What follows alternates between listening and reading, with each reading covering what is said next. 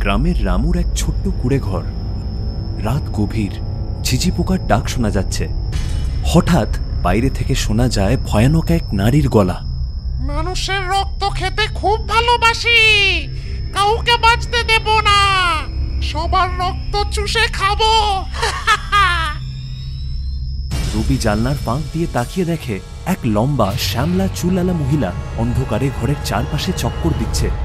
তার নখ বিশাল, চোখ লাল আর দাঁতগুলো ধারালো। রবি, বাইরে কে গো? তার এরকম ভয়ানক গলা কেন? চুপ করো সীতা, জানলার ফাঁক দিয়ে দেখলাম ওখানে একটা শাকচুন্নি ঘোরাফেরা করছে। এদিকে সীতা ভয়ে কাঁদতে শুরু করে, কিন্তু রবি তাকে চুপ করে থাকতে বলে। শাকচুন্নি কিছুক্ষণ চক্কর দিয়ে ধীরে ধীরে অন্ধকারে মিলিয়ে যায়। পরদিন সকালে রবি পরিবার নিয়ে তার বন্ধু মদনের বাড়ি হাজির হয়।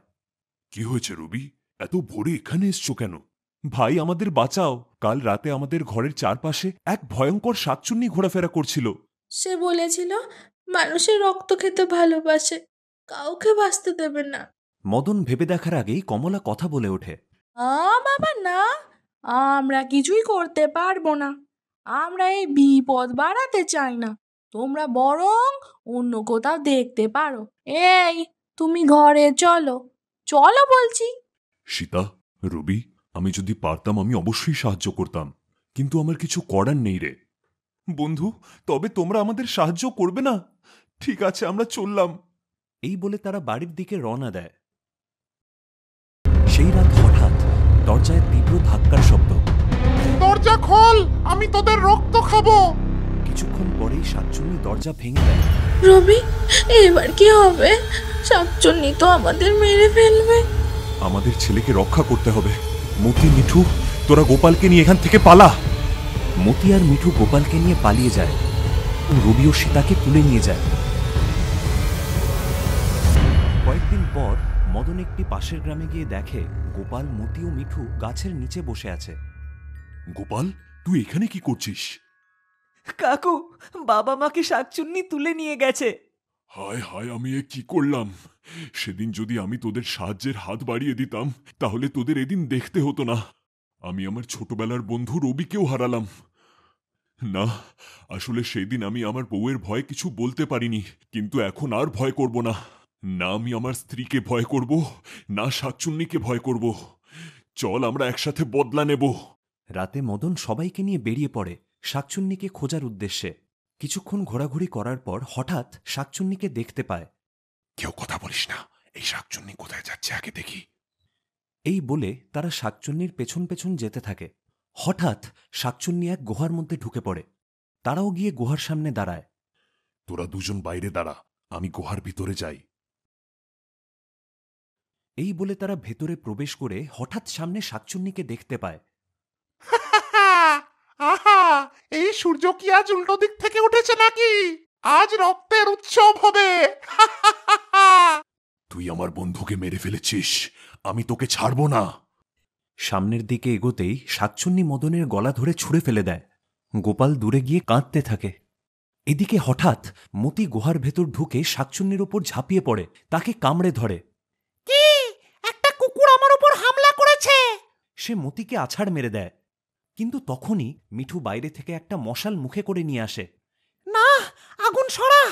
কি হলো, শুনতে পাচ্ছিস না? সরা বলছি। তুই আমার বাবা মাকে মেরে ফেলেছিস, তোকে ছাড়া যাবে না।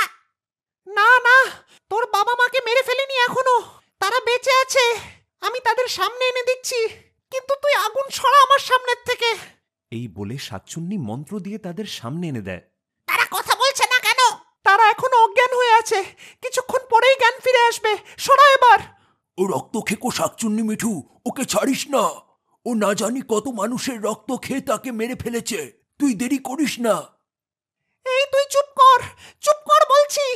মিঠু, তুই ওর কথা শুনিস না। আহ আহ, আগুনটা নিভিয়ে দে।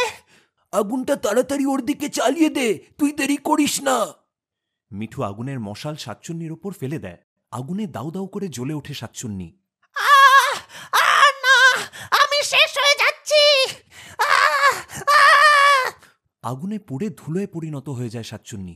সবাই খুশি হয় এবং তারা একে অপরকে জড়িয়ে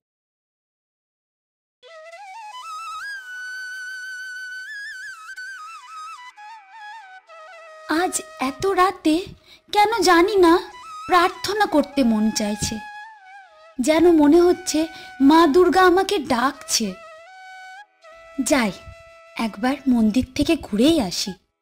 গীতা আস্তে আস্তে প্রার্থনার জন্য মন্দিরের দিকে এগিয়ে যায়। গীতা মন্দিরে প্রবেশ করে। হঠাৎ করে সে দেখতে পায় দারোয়ান রুহু মন্দিরের গহনাগুলো চুরি করছে। রুহু, তুমি এখানে এত রাতে? তুমি এ কি করছো রুহু? মন্দিরের গয়না চুরি করছো? কে কে ওখানে? তুই তুই আমার এই কাজ দেখেছিস, এখন তোকে বাঁচতে দেওয়া যাবে না। রুহু একটা লাঠি তুলে গীতার দিকে আঘাত করে, আর সেই আঘাতে গীতা মাটিতে লুটিয়ে পড়ে। রুহু গীতার দেহ কাঁধে তুলে নদীর দিকে চলে যায়। মোড়ল মশাইয়ের আদেশ মেনে সব সরিয়ে ফেলেছি, কেউ কিছু জানবে না। রুহু গীতার দেহ নদীতে ফেলে দেয়। মোড়ল মশাই নিজের বাড়িতে বসে আছেন। রুহু এসে হাজির হয়। কাজ সঠিকভাবে হয়েছে তো? হ্যাঁ মোড়ল মশাই, মেয়েটাকে সরিয়ে দিলাম, গহনা নিরাপদে আছে। খুব ভালো। গ্রামের সবাইকে বলে দেব গীতা গহনা চুরি করে পালিয়েছে, তাহলে কোনো সন্দেহের অবকাশ থাকবে না। গ্রামের লোকজন রাতের বেলায় শাকচুন্নি গীতার উপস্থিতি টের পেতে শুরু করে। শাকচুন্নি গীতা গ্রামের পথে পথে ঘুরে বেড়াচ্ছে। আমি বদলা নেবই, ছাড়বো না। আমায় মেরে ফেললো তাও শান্তি পেল না। মন্দিরের গহনা চুরির অপবাদ আমার মাথায় চাপিয়ে দিল। আমি প্রতিশোধ নিতে চাই, ছাড়বো না ওকে। দারোয়ান রুহু শাকচুন্নি গীতার খপ্পরে পড়ে। এই তো পেয়েছি তোকে। কোথায় যাবি? তোকে এবার মরতেই হবে। কি ভেবেছিস আমায় মেরে ফেলে সব সত্যি চাপা দিয়ে দিবি? আর আমার কি বা দোষ ছিল যে আমায় মেরে ফেললি? কেন রুহু, কেন বল? সবকিছু মোড়ল মশাইয়ের আদেশে করেছি, আমায় ক্ষমা কর। শাকচুন্নি রুহুকে হাওয়ায় তুলে আকাশে উড়িয়ে নিয়ে যায়। শাকচুন্নি রুহুকে আকাশ থেকে ফেলে দেয় এবং সে মাটিতে পড়ে মৃত্যুবরণ করে। মোড়ল মশাই দারোয়ানের মৃত্যুর খবর পেয়ে আতঙ্কিত হয়ে পড়ে এবং এক তান্ত্রিকের কাছে চলে যায়।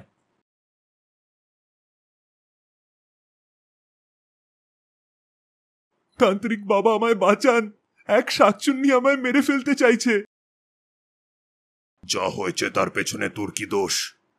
আমি কিছুই করিনি বাবা, ও মিথ্যে অপবাদ দিচ্ছে আমায়।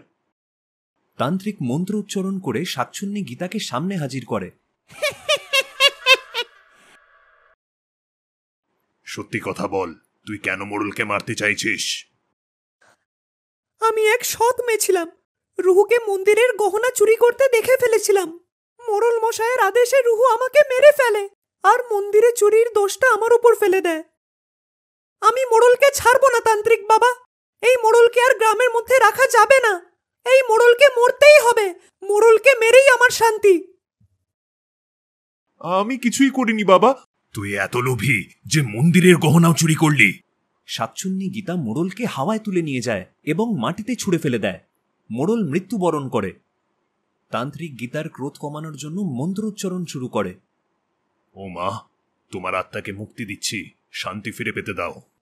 শাকচুন্নি গীতার আত্মা ধীরে ধীরে মুক্তি পেয়ে আকাশের দিকে চলে যায়। গ্রামে আবার শান্তি ফিরে আসে। সবাই গীতার গল্প শুনে তার আত্মার শান্তি কামনা করে।